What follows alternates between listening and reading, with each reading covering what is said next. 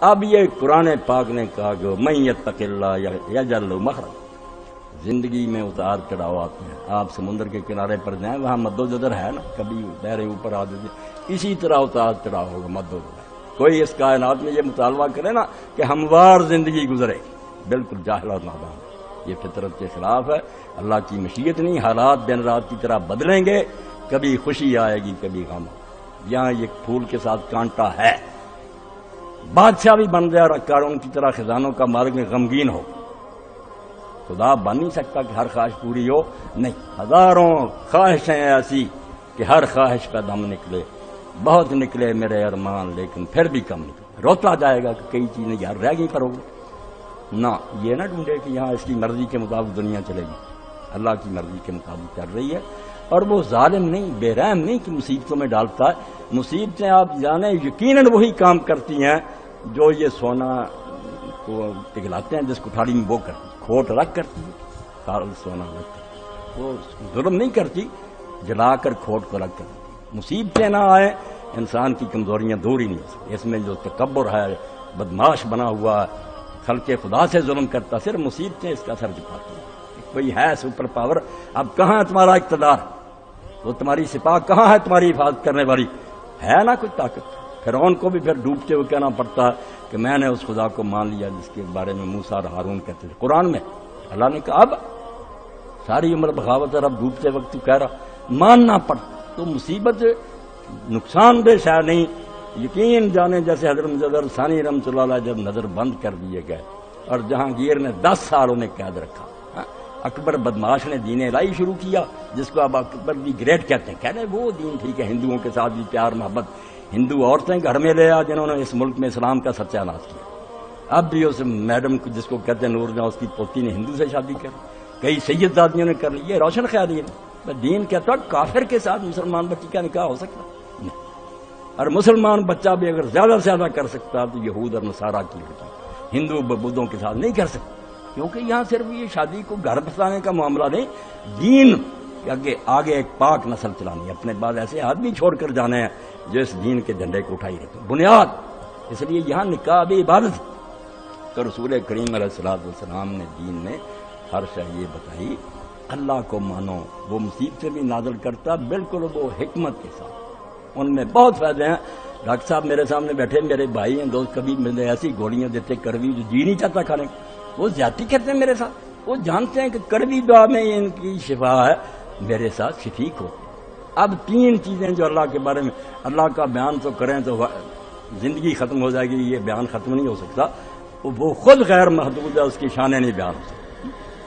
سادی خود کہتے ہیں کہ مدت تمام گشت اب پایاں رسید عمر، وقت ختم ہو گیا، عمر بھی اخیر کو آ گئی. ماں ہم چنا در اول وسے تمام، ہم ابھی تیری تعریف کی عرف دے میں بیان نہیں، سمندروں کی سیاہی نہیں بیان کرے. آج تک علم میں یہ نہیں سمجھ سکا کہ کائنات کتنی سی. جیسے جیسے دوربینیں طاقتور ایجاد ہوتی جاتی معلوم ہوتا جو جہان ہم سمجھے بیٹھے تھے اس سے آگے کروڑوں جہان. یہ زمین ان کے مقابلے ذرہ بھی نہیں، سورج بھی ان کے مقابلے میں کچھ نہیں. سنبھالے بیٹھا، چل رہے ہیں، جہان چل رہا.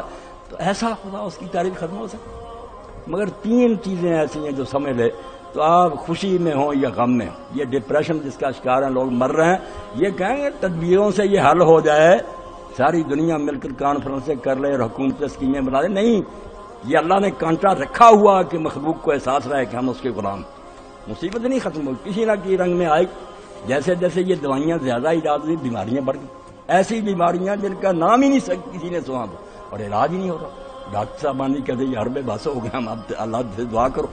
تو اللہ نے جو باتیں کہی ہیں ان میں سے 3 باتیں جو آج کی بات سے متعلق ہے ذہن میں رکھیں. آپ شفا پا جائیں گے ڈپریشن سے. آپ وہ سدا بہار پھر گلاب ہو جائیں گے کہ کبھی نہیں ٹوٹائے. پہاڑ بھی گریں گے نا، آپ کا دل ہنستا خوش ہوں گے. بلکہ وہ مجدد صاحب کی بات میں کر رہا تھا، اکبر تو مر گیا اسی مگر جہانگیر اسی راستے پر رہا. دربار میں سجدہ، ہندوؤں کو ساری اجازت، مسلمانوں پر قیامت آئی، کوئی بول نہیں رہا. ایسا زمانہ آ جاتا نا حکمران کسی کو چوں نہیں کرنا. سب بڑے بڑے علماء تھے، مشائخ تھے، ہندوستان بڑا بڑا تھا اور ریاست، سب بس اپنے اللہ میں لگ گئے، کوئی نہیں.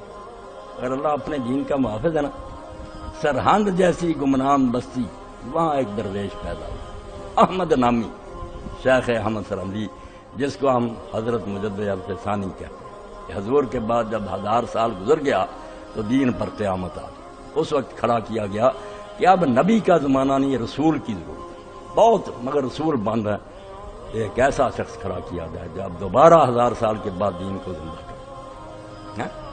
اللہ نے اس کو ہمت دی، توفیق دی۔ وہ مغلیہ سلطنت جو کلکتہ سے پشاور تک بلکہ کابل تک، کون اس کا مقابلہ کر سکتا؟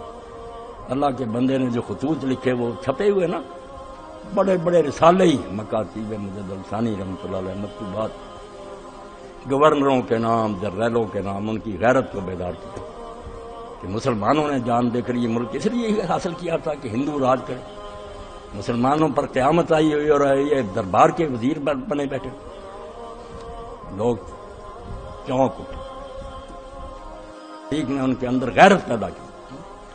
اب ان کو جو بند کر دیا تھا لوگوں نے، جاسوسوں نے بتایا کہ ایک فقیر ہے جو لوگوں کو باغی بنا رہا، قید کر رہا، اپنے ساتھ جہاں لشکر اس کا جاتا ساتھ قید ان کو لیے چلتا۔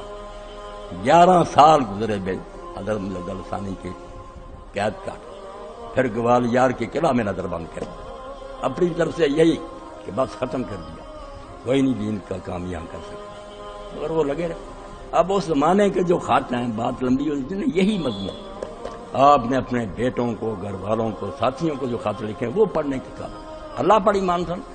آپ نے فرمایا بچوں، پوری زندگی مجھے دین کی باتوں میں وہ لطف نہیں آیا، نہ نمازوں میں، نہ روزوں میں، نہ قرآن پڑھنے میں، جو اس قید میں مجھے نصیب، ان مصیبتوں میں جو لذت آئی وہ نہیں۔ یہ کڑوی دعا سے جو شفا ہوئی وہ میٹھی گولیوں سے دل سے لکھی۔ اور پھر آپ دیکھتے ہیں نا، اپنے بیٹے کو لے کر یہ نالائق جو جاوید اقبال مجدد صاحب کی قبر پر گیا علامہ اقبال، اور وہاں جو نظم لکھی ہے اس میں یہی کہا، حاضر ہوا میں شیخ مجدد کی عہد پر، وہ خاک جو ہے زیر زمین مت لائے۔ کہتا مٹی کی قبر نہ سمجھو، وہ زمین پر آسمان کے سورج کی طرح ایک روشن بناتے۔ اس کی تاریخ بتاتی ہے کہ اللہ کے بندے جب کھڑے ہو جاتے ہیں پھر اللہ آپ ان کے ساتھ۔ گردن نہ جھکی جس کی جہانگیر کے آگے، ہے جس کے نفس گرم سے گرمی ہے۔ جب پکڑ کر منگوایا دربار میں جاسوسوں کے بتانے پر، پیشی ہوئی، آپ نے سجدہ نہیں کیا السلام علیکم کا۔ اب وہاں تو یہ جرم تھا کہ بادشاہ کو السلام علیکم کا سجدے میں پڑھتے تھے، علماء تک نے کتاب میں لکھ دی کہ سجدہ تعظیمی جائز۔ اس نے کہا آپ نے سجدہ نہیں کیا۔ فرمایا جو گردن خدا کے سامنے جھکتی ہے وہ جہانگیر کے آگے نہیں۔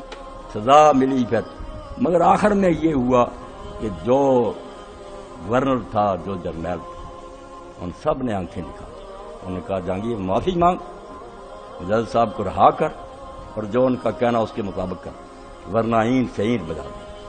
کابل سے لے کر کلکتہ، فقیر کی تحریک، اخلاص سے، کوئی لالچ نہیں، کوئی کرسی نہیں، دین کا غم تھا۔ وہی جہانگیر معافی کے لیے گیا، آپ کو آزاد کیا، اپنے بچے شاہ جہاں کو مرید بنوایا حضرت کا، اور جو حکم دیا ساری سلطنت نے اس کو جاری کیا۔ اور یہ رخ بدلنے کا نتیجہ یہ ہو کہ جہانگیر کا پوتا ہی دین کو زندہ کرنے والا محی الدین اور اورنگزیب عالمگیر پیدا ہوا، جس نے وہ کام کیا جو عام عالم بھی نہیں کر سکتا۔ اللہ پاک فرماتا ہے من یتق اللہ یجعل له مخرج۔ آپ نے پھر تفسیروں سے پڑھنا، میں اشارہ کر کہتا جو اللہ کہتا جو مجھ سے ڈریں گے، میرا حکم مانیں گے اور گناہوں سے بچیں گے، وہ سمجھتے ہیں مصیبتوں میں پڑے رہیں گے، بھوکے مریں گے، معاشی تنگیاں آئیں گی۔ بالکل غلط بات ہے۔ یہ تنگیاں نیکوں کو بھی آئیں گی، وہ الگ بات ہے، وہ اللہ تعالیٰ کی مرضی ہے، مگر مومن کے لیے یہ چیزیں کوئی بری چیز نہیں، بہت اعلیٰ۔ 3 چیزیں سہارا دیتی ہیں۔ ایک یہ کہ اللہ تعالیٰ میرے حالات سے آگاہ ہے۔ جس کو اللہ کے علم میں مطلق کا یقین نہیں نا، وہ نہیں جانتا کہ جو جہان چلا رہا ہے اس کو سارے حالات کی خبر ہے۔ جو سمجھے مصیبت یار آ گئی، پتہ نہیں، اللہ کو پتہ ہی نہیں، اور ڈپریشن نہیں کا شکار نہیں ہونا تو اور کیا ہوگا۔ جو مانے کہ اگر ذرہ بھی یہاں حرکت کر رہا ہے تو کائنات کا مالک جانتا کہ یہ ہو رہا، اس وقت لیے مصیبت میں ہو، خوشحالی میں، پہلے تو یہ مانے کہ اللہ تعالیٰ سارے حالات سے آگاہ اور باخبر ہے۔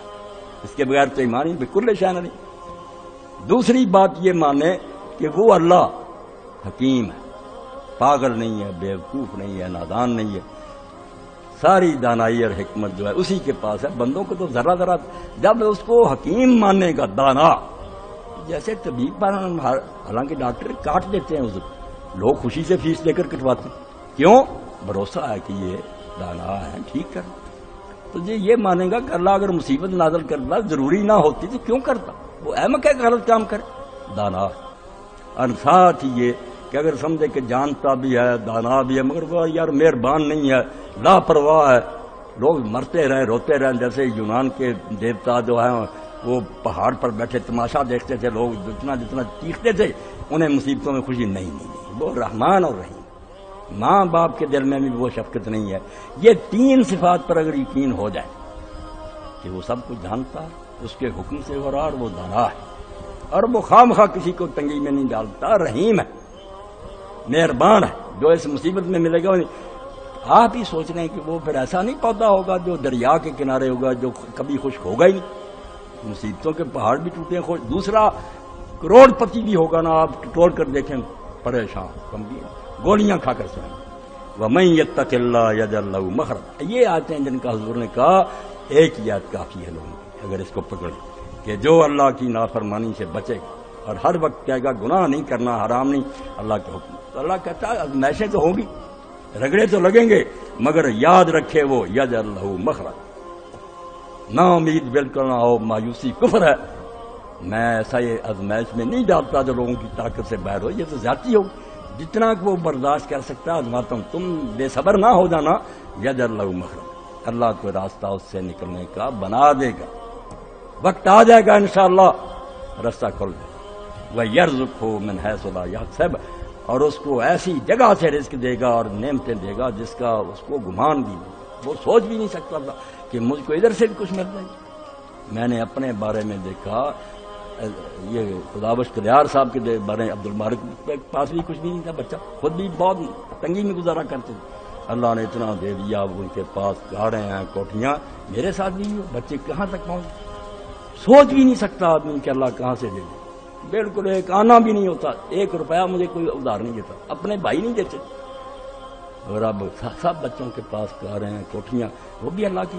تو اللہ فرماتا ہے اگر تم گناہ سے بچو گے، مجھ سے ڈرتے رہو گے، تو شیطان تمہیں کہتا کہ دین پر چلنے سے مر جاؤ گے. نہیں، اس مشکل سے نکلنے کا راستہ بند ہے. اور اس پر ایک دعا آپ کو میں نے پہلے بھی بتائی تھی، اب بھی بتا دوں کہ حضرت سیدنا یوسف علیہ السلام جن دنوں میں جیل میں تھے، اب نبی سے کوئی اللہ کو پیارا، وہ بھی مصیبت بہت رہے. تو حضرت جبریل علیہ السلام نازل ہوئے. یہ دعا آپ سارے لوگ اس کو لکھ لیں اور یہ شروع کریں انشاءاللہ. جو بھی پریشانیاں دور، کسی کو بچوں کی ہے، کسی کو رشتوں کی، اللہ کا اصول ہے کہ ازمائشیں. تو جبریل علیہ السلام نے آ کر کہا یوسف علیہ السلام ہر فرض نماز کے بعد یہ کہہ دیا کریں، اور شروع کیا. دونوں ہی کام ہو. اللہم اجعل لی مخرجا، اللہم اجعل لی من امری فرجا و مخرجا وارزقنی من حیث لا احتسب. اسی آیت کے مطابق کہ ان کے لیے نکلنے کا راستہ بھی بنا دوں گا اور رزق بھی ایسی جگہ سے دوں گا کہ ان کا گمان بھی. وہ نکلنے کا راستہ بھی بن گیا، باعزت جیل سے نکلے، بادشاہ نے خود احترام کر کے باہر نکالا، اور وہ رزق بھی مل گیا کہ وہ حاکم بن گیا ساری سلطنت کے، اور سارا مصر ان کی مٹھی میں آ گیا. فرمایا یہ صرف دعا کیا کرو، اللہم اجعل لی فرجا و مخرجا، میرے لیے گنجائش پیدا کر، تنگی ہے، مخرج ہے، اس مصیبت سے نکلنے کا کوئی راستہ بنا، وارزقنی من حیث لا، اور مجھے ایسی جگہ سے رزق دے جو میں سوچ بھی نہیں سکتا. اللہ کہتا ہے شیطان، اور کسی شاعر نے بڑی پیاری بات کہی، ہمیں لے ڈوبا نا امیدی. اللہ کو ماننے والے بھی ہم مایوس ہیں کہ نہیں اب نہیں کچھ بنے. بھائی تمہارا خدا یا تو بالکل عاجز ہے، یا اسے خبر ہی کوئی نہیں، یا وہ احمق ہے، یا وہ رحیم نہیں ہے. کون سا کفر تمہارے دماغ میں شیطان نے بٹھا دیا کہ تم مایوس ہو گئے؟ سنبھلنے دے مجھے نا امیدی، کیا قیامت. شاعر رو پڑا. شیطان ہے نا مصیبتوں میں نا امید کرتا. وہ شاعر کہتا ہے کہ ہاتھ سے جاتا رشتہ نظر آتا نا کہ خدا بھی ہاتھ سے نکل رہا، میں تو خدا کو بھی چھوڑنے لگوں. تو کہتا ہے سنبھلنے دے مجھے اے نا امیدی، اے نا امیدی دفع ہو جا، سنبھلنے دے مجھے اے نا امیدی. کیا قیامت ہے کہ دامانے خیال یار چھوٹا جائے ہے. تو یار کا خیال بھی میرے دماغ سے تو نکالنا چاہتا اللہ کا. تو اللہ کہتا ہے کہ جو مجھ سے ڈرتے رہیں گے، تنگیاں آئیں گی، لوگوں کو دیکھیں گے کہ وہ عیش کر رہے ہیں، ہمیں یار یہ پریشانی نہیں، اللہ ان کے لیے اس مصیبت سے نکلنے کا راستہ بنائے گا. وَيَرْزُقْهُ مِنْ حَيْثُ لَا يَحْتَسِبُ، اور ایسی جگہ سے رزق دے گا جو سوچ ہی نہیں سکتی. اور اب اس کی دلیل دیتا، قرآن میں لاجک ہے، منواتا بات دلیل سے کہ کیسے ایسا ہو جائے گا. فرمایا وَمَن يَتَوَکَّلْ عَلَى اللَّهِ، جو اپنی کوشش کرنے کے بعد معاملہ اللہ کے سپرد کر دے گا کہ سارا جہان تیرے قابو میں ہے، تو جانتا بھی ہے، مہربان ہے، اور تجھے ڈکٹیشن کی کیا ضرورت ہے، تو سب کو آج ہی جانتا کہ یہ کرنا ٹھیک ہے. وَمَن يَتَوَکَّلْ عَلَى اللَّهِ، جو اپنے معاملات اللہ کے سپرد کر دیں گے فَهُوَ حَسْبُهُ، کبھی بھی یہ شکایتیں ہی ہوگی کہ اللہ نے تو کچھ بھی نہ بنایا، وہ اس کے لیے پھر کافی. ذرا صبر کر اور اس کا دامن مضبوطی سے پاک، وہ کافی ہے تیرے. سب دشمن پھونک مار کے اڑا دے گا، سارے مقدمے ختم ہو جائیں گے، جھوٹے منہ کی کھائیں گے، وہ کافی. ان اللہ بالغ امرہ. اور اب یہ بھی سوال تھا کہ کیسے کافی؟ یقین ہو بھی طاقت ہے، کچھ کر سکے گا، اگر وہ خود ہی کمزور ہے کیا بنائے گا میرا؟ اس کے ساتھ فکرہ جوڑ دیا. جس لیے میں کہتا ہوں کوئی کتاب اس کا مقابلہ نہیں کرتی، جتنی مرضی تقریریں کرے، اس طرح فکریں جوڑنا صرف خدا کا کام. موزانہ ان اللہ بالغ امرہ، جب اس کے سپرد کر دے گا نا کہ جو میرے بس میں تھا وہ میں نے کر دیا، اب تو میری بس ہے، تو اس لیے کافی ہے. ان اللہ بالغ امرہ، وہ جو کرنا چاہتا وہ کر لیتا ہے، سارا اختیار ہے اس کے پاس ہے، اس کی طاقت، اس کا حکم جو ہے وہ پورا ہو کر رہتا ہے. وہ کمزور ہے کہ کر نہیں سکتا، جو کرنا چاہتا وہ کر چھوڑتا. اور اسی موقع پر مفسرین نے واقعہ لکھا کہ حضرت عوف ابن مالک ایک صحابی تھے، سالم ان کا بیٹا تھا، کافر اس کو گرفتار کر کے لے گئے. اب ماں اور باپ دونوں کے دل کا ٹکڑا تھا، پہاڑ گر گیا مصیبت. تو حضرت عوف حضور کی خدمت میں آئے اور بتایا کہ رسول اللہ کافر پکڑ کر بیٹے کو لے گئے، خدا معلوم کس حال میں ہے، زندہ یہ مردہ، میں اور اس کی ماں روتے رہے. حضور نے فرمایا تو اللہ سے ڈر، صبر کر، اور تم دونوں جو ہے نا میرے بھائی بہن، استغفار کی، لا حول ولا قوت الا باللہ کی کثرت کر. میری بہن کو بھی بتا دینا، آپ بھی یہ دونوں پڑھنا شروع کرو کہ تیرے سوا اللہ نہ کوئی مصیبت کو ٹال سکتا ہے، نہ کوئی کسی کو فائدہ پہنچتا، لا حول ولا قوت.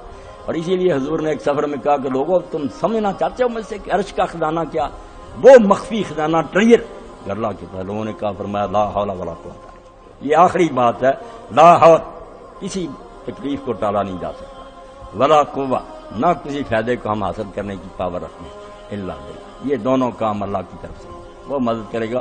انہوں نے شروع کیا تو اچانک وہ بیٹھے ہوئے تھے گھر میں، تو دروازہ جو تھا کھٹکھٹایا. جب دروازہ کھولا تو سالم کھڑا تھا اور اونٹ تھا اس کے پاس.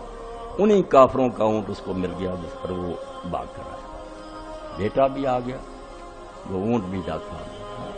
انہوں نے حضور کو جا کر بتایا کہ اللہ کے رسول وہ تو وظیفہ شروع کیا تھا، بچہ بھی آ گیا، مال اب اونٹ کا کیا کریں؟ پر میں حلال ہے، وہ حربی ہیں ہماری، ان کے ساتھ جنگ ہے، ان کا مال ہر طریقے سے رہا. تو اللہ نے یہ کہا کہ تو کیوں سمجھتا ہے کہ اگر میں نے اللہ کے حوالے کر دیا تو نہیں ہوگا؟ یا تو کہہ دے کہ اللہ کچھ کر ہی نہیں سکتا، ورنہ اگر ان اللہ بالغ امرہ، اللہ اس کو کہتے ہیں جو کرنا چاہتا ہے وہ کر لیتا ہے، اس کے ارادے میں کوئی شے مزاحم نہیں ہو سکتی. قد جعل اللہ لکل شیء قدرا. اب یہ بھی موتی دیکھیں کیسے ہار جو ہے نا پڑا ہوا کہ کب ہوگا یہ کام، سوچتا ہے انسان کو ٹائم. فرمایا قد جعل اللہ لکل شیء قدرا، تو مطمئن رہ، اللہ نے بے اندازہ کوئی شے نہیں بنائی کہ اس کی کوئی حد ہی نہیں، کوئی انتہا نہیں. ہر شے کے لیے اس نے ایک میعاد رکھی، ہر شے پلاننگ کے تحت ہو رہی ہے. وقت ہے، بے صبرا نہ ہو، وقت آ جائے گا، اور وقت آنے پر انشاءاللہ جو تو چاہتا ہو جائے گا. آرام سے ٹکا رہ، اللہ جو کرنا چاہتا کرے. اب میں صرف ترجمہ کر دوں، اس کے آگے بھی پھر اللہ نے کچھ مسائل بیان کر رہے ہیں. پھر فرمایا کیسی تسلیاں. اور اسی لیے جو کہ اللہ نے یار سوچنا کتاب تو نہیں ساری ایک وقت ہی حضور پاس اتار، وہ اللہ نے کہا کہ کتاب لکھ رہا ہوں تو ایسا کروں نا، یہ کتاب نہیں، یہ سہارا ہے کہ جب ایک تحریک کو لے کر نبی چل رہا، ساتھی جیسے حالات پیش آتے ہیں بیچاروں کو رہنمائی کی، تسلی کی، اسی وقت کوئی پیغام آ جاتا، خوشی ہو جاتی ہے، دل پھول کی طرح کھل جاتے ہیں. اللہ پیغام دے جاتا کہ گھبرانا نہ، میں تمہارے ساتھ. یہ کوئی مسروں کی کتاب ہے کہ میں اتار دوں ایک ہی وقت؟ اسی لیے آپ اس میں تکرار دیکھتے ہیں کہ بار بار شاید دہرائی گئی مگر نئے رنگ میں. تو اللہ تعالیٰ نے پھر فرمایا من یتق اللہ یجعل لہ من امرہ یسرا، جو اللہ سے ڈریں گے اور دین پر قائم رہیں گے، یجعل لہ من امرہ یسرا، اللہ ان کے کاموں میں آسانی پیدا کر دے گا. یہ مشکل جو ہے دور ہو جائے گی. اس کے بعد پھر یہی بات آ گئی, اللہ تعالیٰ نے پھر یہ بات دہرائی, سیجعل اللہ بعد عسر یسرا. یہاں تنگیاں بھی آتی ہیں, یہ دور بدلتے رہتے ہیں, مگر ساتھ آسانی. عرب علماء امت نے کیسا نقطہ نکالا کہ ہم جب سورہ علم نشرہ پڑھتے ہیں, جو انعام ہی حضور کو بیان کیا, ہم نے یہ بھی کیا, اب اس میں کیا آتا, فَإِنَّ مَعَ الْعُسْرِ يُسْرًا إِنَّ مَعَ الْعُسْرِ يُسْرًا. 2 مرتبہ اس آیت کو دہرایا. اور گرامر کے مطابق العسر جو ہے نا, دونوں مرتبہ اس پر الف لام ہے. جیسے ہم این بولتے ہیں, ادھر بولتے ہیں کہ یہ ڈی ہے, اے بک کوئی کتاب, ڈی بک ہوتی خاص معرفہ ہو جاتا ہے العسر, پھر وہ وہی العسر. اور یہ قاعدہ ہے ابھی گرامر کا کہ معرفہ اگر دہرایا جائے, پہلے بھی آوے پھر وہ ایک ہی ہوگا, 2 نہیں آدمی ہوں گے, وہ وہی رہے گا, معرفہ ہوتا ہے. اس لیے فرمایا مشکل ایک ہی ہے. پہلی آیت میں پھر بھی مشکلیں نہیں زیادہ, مگر یسرن کو نکرا رکھا, 2 زبریں تنوین, تاکہ جنر رہے بات. فرمایا مشکلیں بہت تھوڑی ہیں, آسانیاں اس کے ساتھ بہت زیادہ. گرامر کے لحاظ سے ایک ٹکڑے میں بیان کر دیا